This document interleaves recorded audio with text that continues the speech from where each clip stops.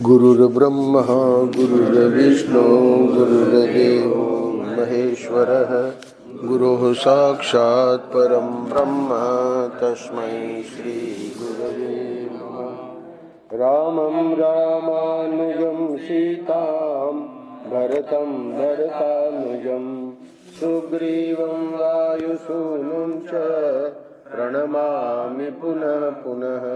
नमोस्तु रामाय सलक्ष्मणाय देव्यै च तस्यै जनकात्मजायै। नमोस्तु रुद्रेन्द्रयानिलेभ्यो नमोस्तु चंद्रार्कमरुद्गणेभ्यः। नारायण नारायण नारायण नारायण। श्रीमद् वाल्मीकि रामायण अयोध्या कांड प्रसंग हमारा चल रहा है। राजा दशरथ ने भगवान राम के वियोग में प्राणों का त्याग कर दिया। उनको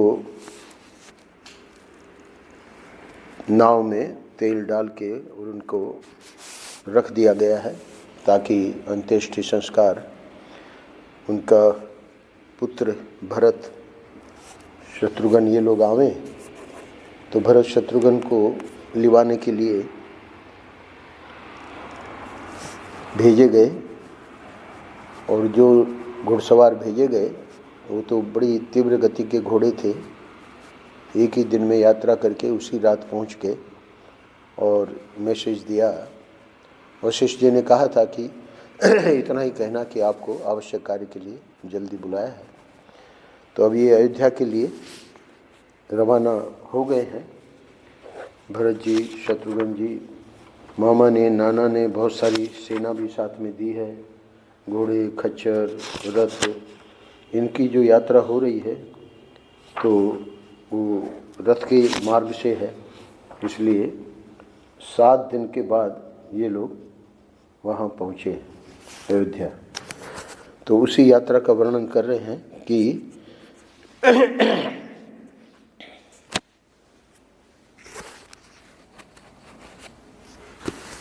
वे यात्रा की तैयारी के लिए पहले अपने आवास स्थान पर गए, फिर वहाँ से निकलकर मनुष्यों, हाथियों और घोड़ों से भरे हुए परम उत्तम राजमार्ग पर गए।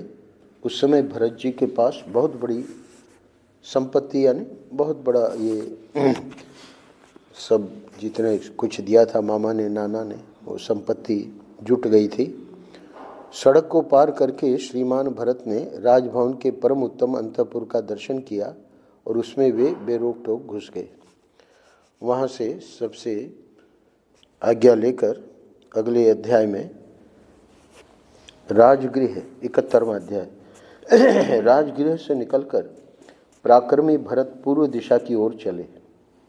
उन तेजस्वी राजकुमार ने मार्ग में सुदामा नदी का दर्शन करके उसे पार किया। तत्पश्चात इक्ष्वाकु नंदन श्रीमान भरत ने, जिसका पाट दूर तक फैला हुआ था, आप लोगों ने देखी होगी नदियाँ, कोई कोई तो 1-1 मील तक उसका चौड़ाई पाट रहता है। उस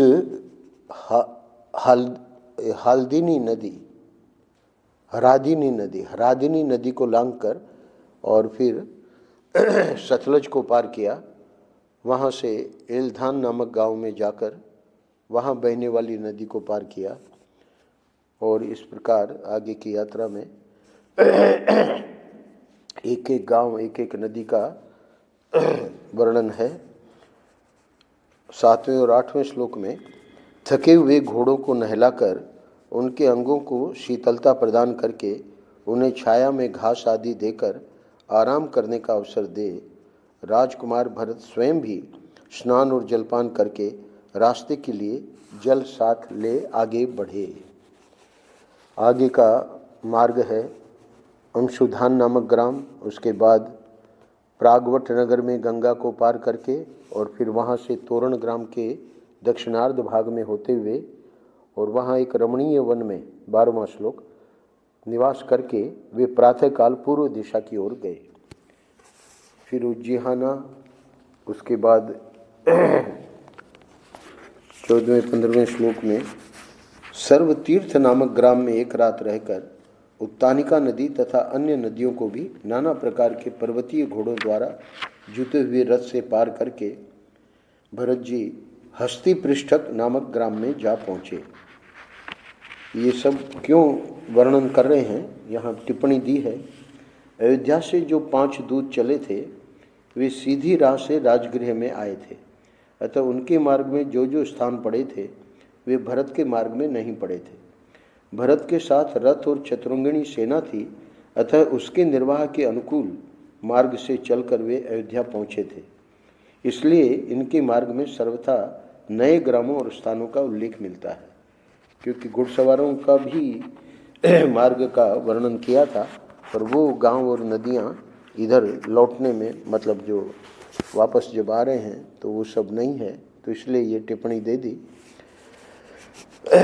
सालवान पर पहुँचे हैं, 17वां-18वां श्लोक। वहाँ जाते जाते भरत के घोड़े थक गए, फिर वो ये विश्राम दे के और बाद में पुरुष सिंह भरत मार्ग में 7 रातें व्यतीत करके 8वें दिन अयोध्यापुरी का दर्शन कर सके थे। सामने अयोध्यापुरी को देखकर वे अपने सारथी से इस प्रकार बोले, हे सूत, पवित्र उद्यानों से सुशोभित यह यशस्विनी नगरी आज मुझे अधिक प्रसन्न नहीं दिखाई देती है।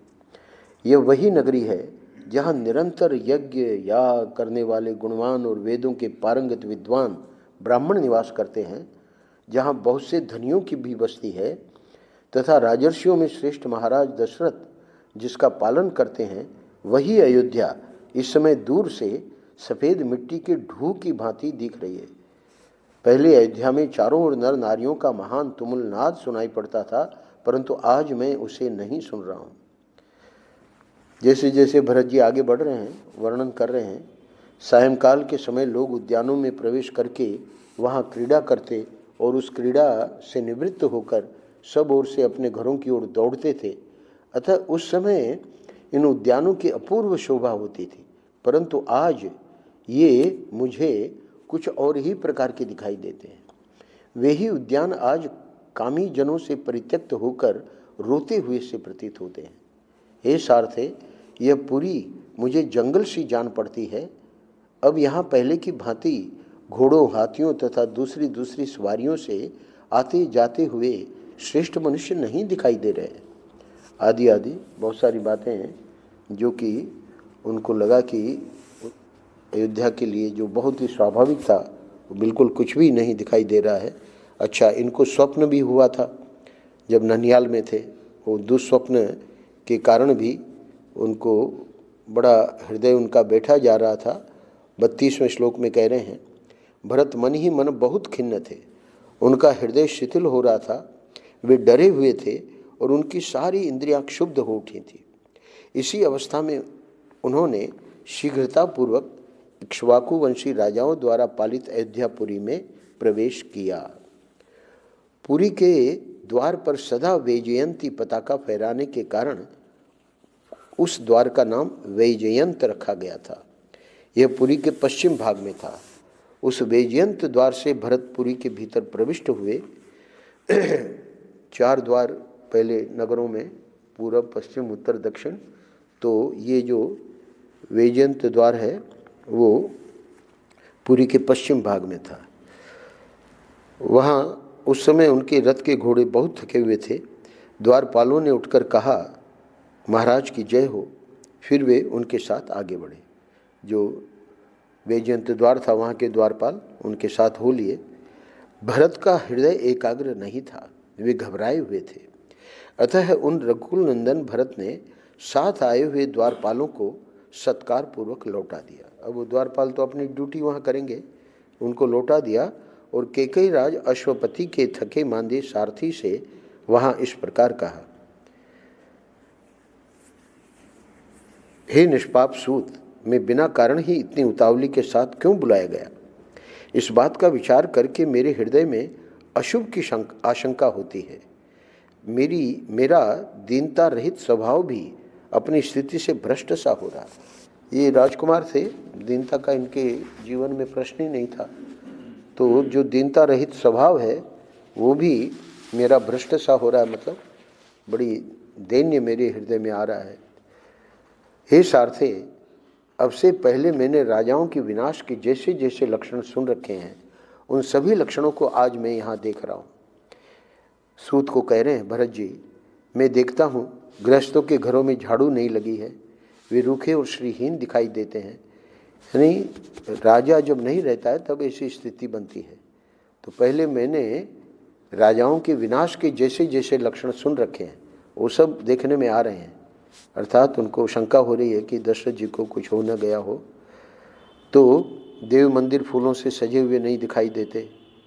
40 और 41वें श्लोक में देव प्रतिमाओं की पूजा बंद हो गई है, यज्ञशालाओं में यज्ञ नहीं हो रहे हैं, आदि आदि।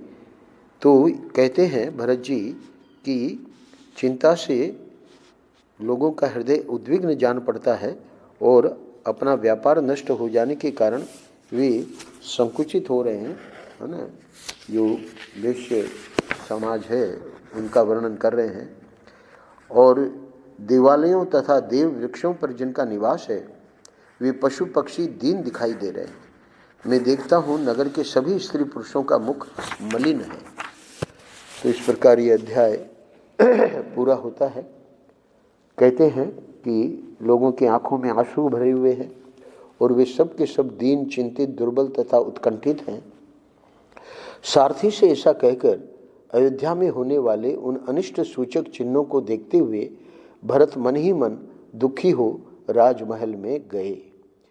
जो अयोध्यापुरी कभी देवराज इंद्र की नगरी के समान शोभा पाती थी, उसी के चौराहे, घर और सड़कें आज सूनी दिखाई देती थी तथा दरवाजों के किवाड़े धूल धूसर हो रहे थे।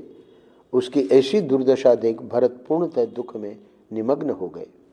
उस नगर में जो पहले कभी कहीं नहीं हुई थी, ऐसी अप्रिय बातों को देखकर महात्मा भरत ने अपना मस्तक नीचे को झुका लिया। उनका हर्ष छिन गया और उन्होंने दीन हृदय से पिता के भवन में प्रवेश किया।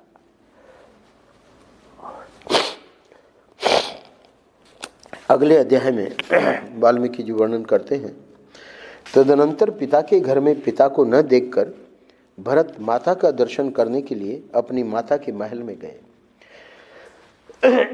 अपने परदेश गए हुए पुत्र को घर आया देख उस समय कैकेयी हर्ष से भर गई और अपने सुवर्ण में आसन को छोड़कर उछल कर खड़ी हो गई। धर्मात्मा भरत ने अपने उस घर में प्रवेश करके देखा कि सारा घर श्रीहीन हो रहा है। फिर उन्होंने माता के शुभ चरणों का स्पर्श किया। अपने यशस्वी पुत्र भरत को छाती से लगाकर कैकेयी ने उनका मस्तक सूंघा और उन्हें गोद में बिठाकर पूछना आरंभ किया, बेटा, तुम्हें अपने नाना के घर से चले आज कितनी रातें व्यतीत हो गई? तुम रथ के द्वारा बड़ी शीघ्रता के साथ आए हो। रास्ते में तुम्हें अधिक थकावट तो नहीं हुई? तुम्हारे नाना सकुशल तो है ना? तुम्हारे मामा युधाजित तो कुशल से हैं? हे बेटा, जब तुम यहाँ से गए थे तब से लेकर अब तक सुख से रहे हो ना? ये सारी बातें मुझे बताओ। कैकेयी के इस प्रकार प्रिय वाणी में पूछने पर दशरथ नंदन कमल नयन भरत ने माता को सब बातें बताई। वे बोले, हे माँ, नाना के घर से चले मेरी यह 7वीं रात बीती है। मेरे नाना जी और मामा युधाजित भी कुशल से हैं। शत्रुओं को संताप देने वाले कैकेयी नरेश ने मुझे जो धन रत्न प्रदान किए हैं, उनके भार से मार्ग में सब वाहन थक गए हैं। इसलिए मैं राजकीय संदेश लेकर गए हुए दूतों के जल्दी मचाने से यहाँ पहले ही चला आया हूँ। यानी वो जो साथ में थे उनको छोड़ दिया और ये आगे आ गए।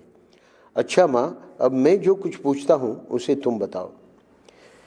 ये तुम्हारी शैया स्वर्ण भूषित पलंग इस समय सूना है, इसका क्या कारण है?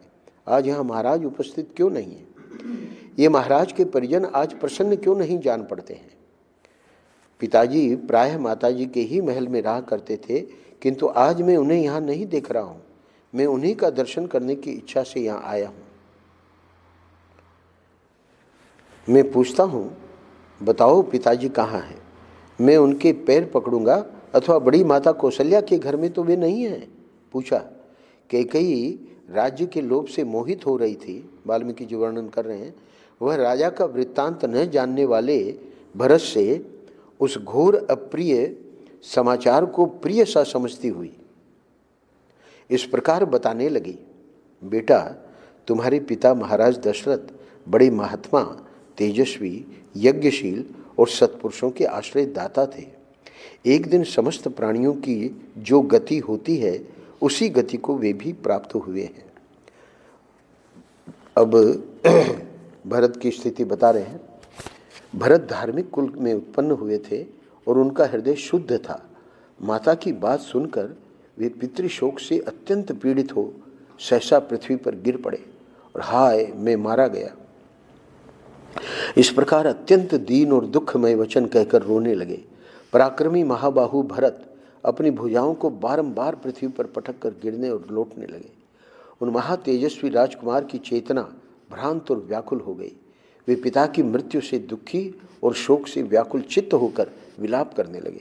हाय, मेरे पिताजी की जो यह अत्यंत सुंदर शैया पहले शरत काल की रात में चंद्रमा से सुशोभित होने वाले निर्मल आकाश की भांति शोभा पाती थी, वही यह आज उन्हीं बुद्धिमान महाराज से रहित होकर चंद्रमा से हीन आकाश और सूखे हुए समुद्र के समान श्रीहीन प्रतीत होती है।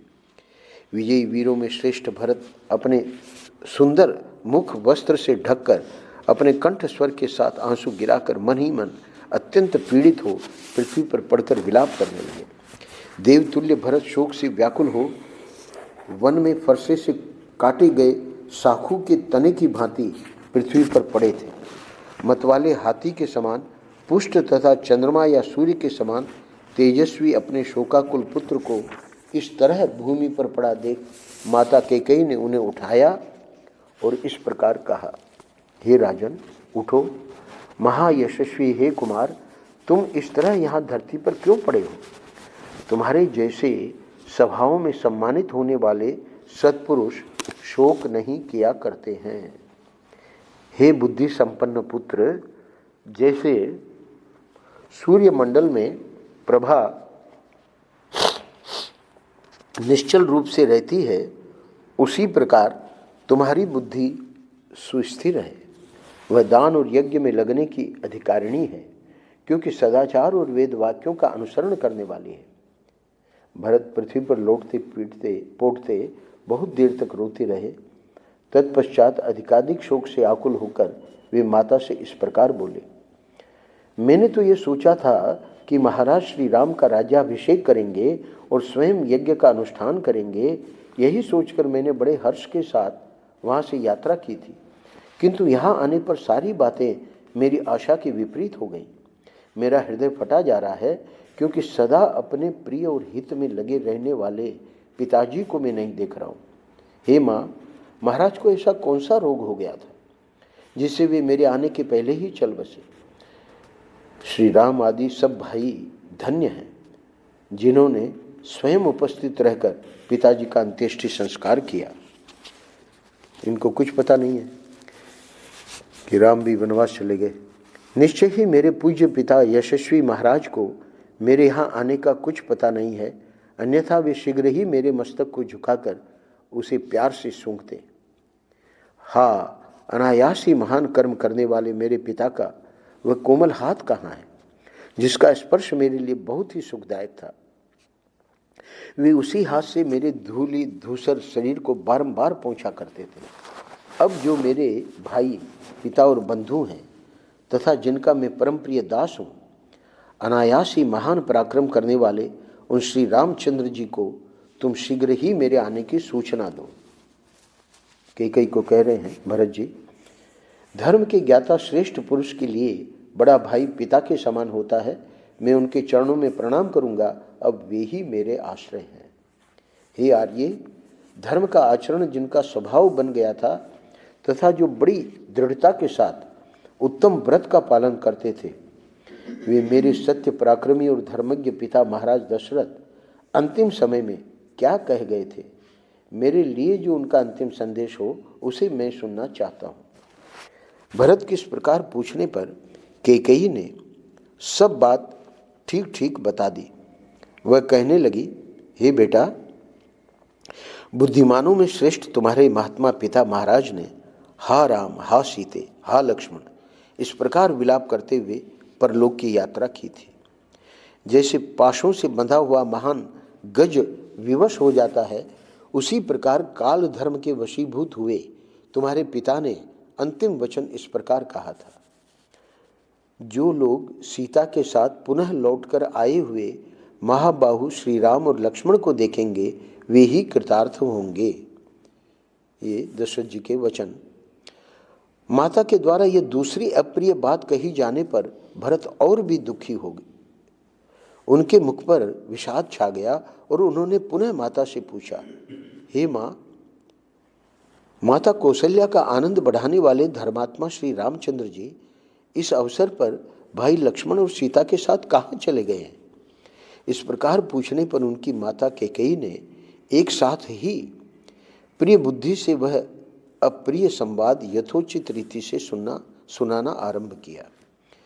है तो अप्रिय संवाद, पर कैकेयी को लग रहा है कि भरत जी इससे खुश होंगे, तो कह रहे हैं वाल्मीकि जी, कैकेयी ने एक साथ ही प्रिय बुद्धि से वह अप्रिय संवाद यथोचित रीति से सुनाना आरंभ किया।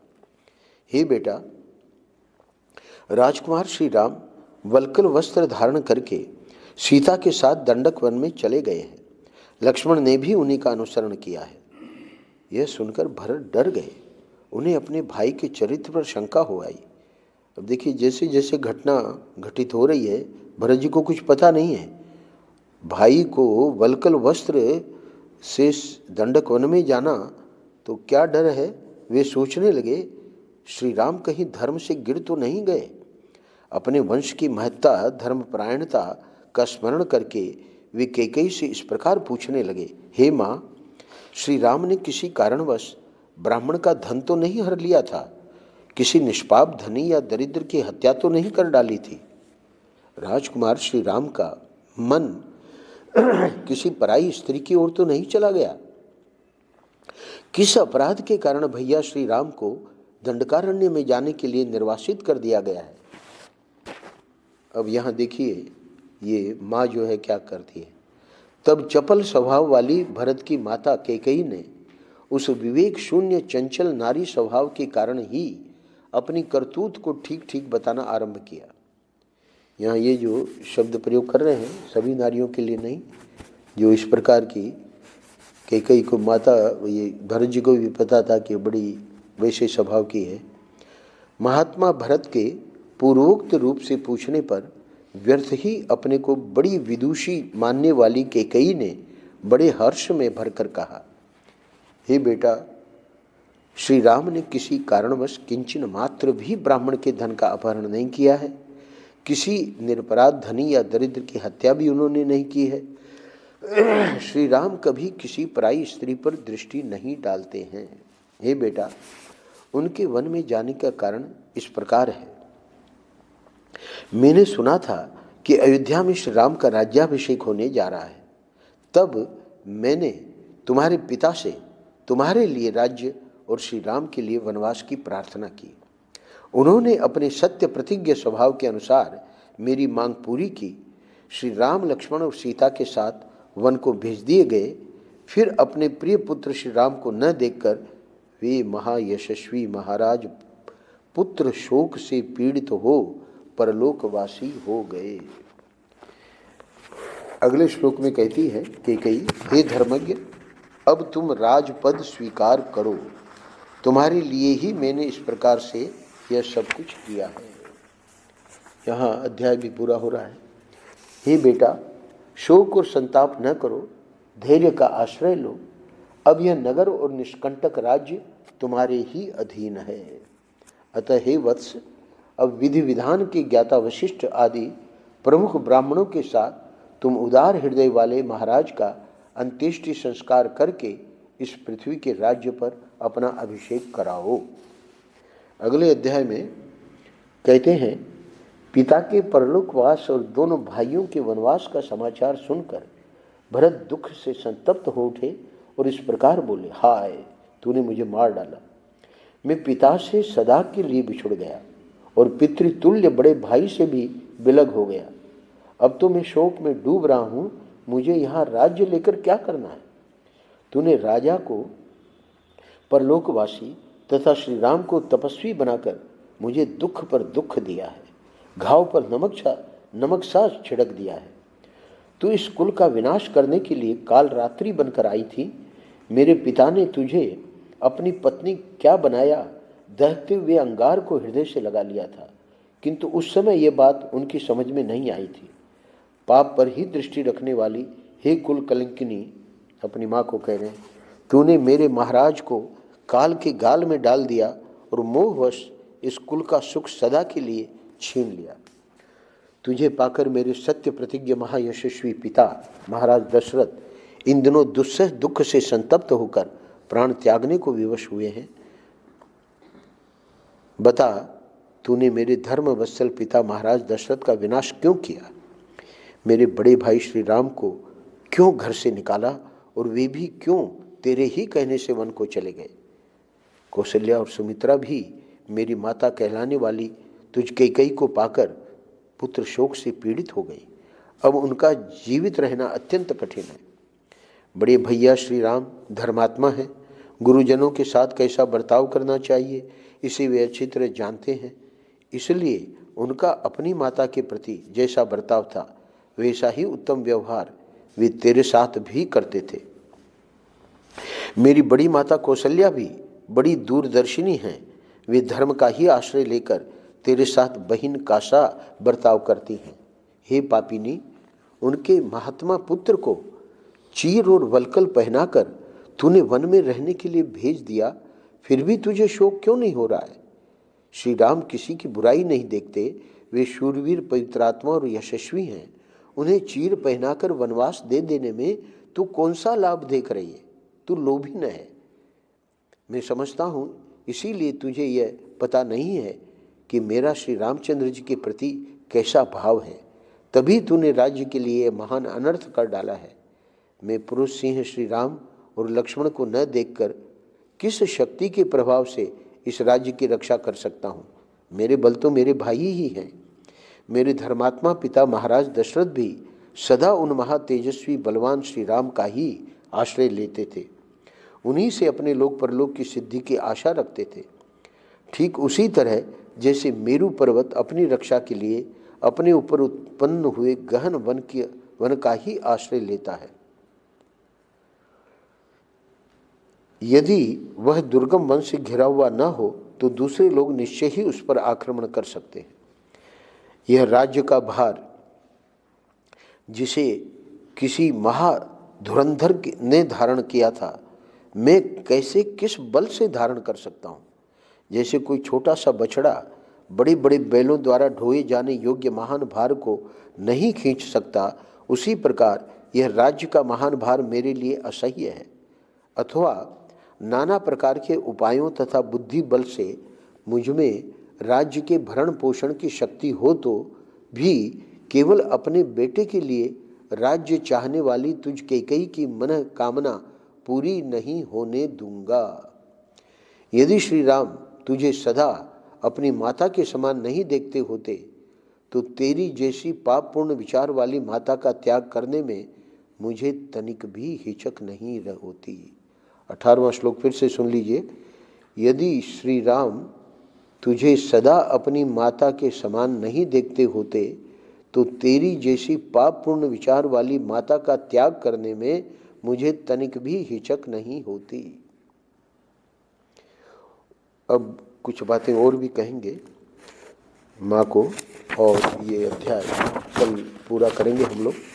आज 18वें श्लोक पे विश्राम देते हैं, 28वें श्लोक पर ये पूरा होगा और उसके बाद अगले अध्याय में भी भरत कैकेयी को कड़ी फटकार देंगे और फिर कौशल्या के सामने जाएंगे। ये सब वर्णन कल आवेगा। नारायण नारायण नारायण नारायण। श्री राम जय राम।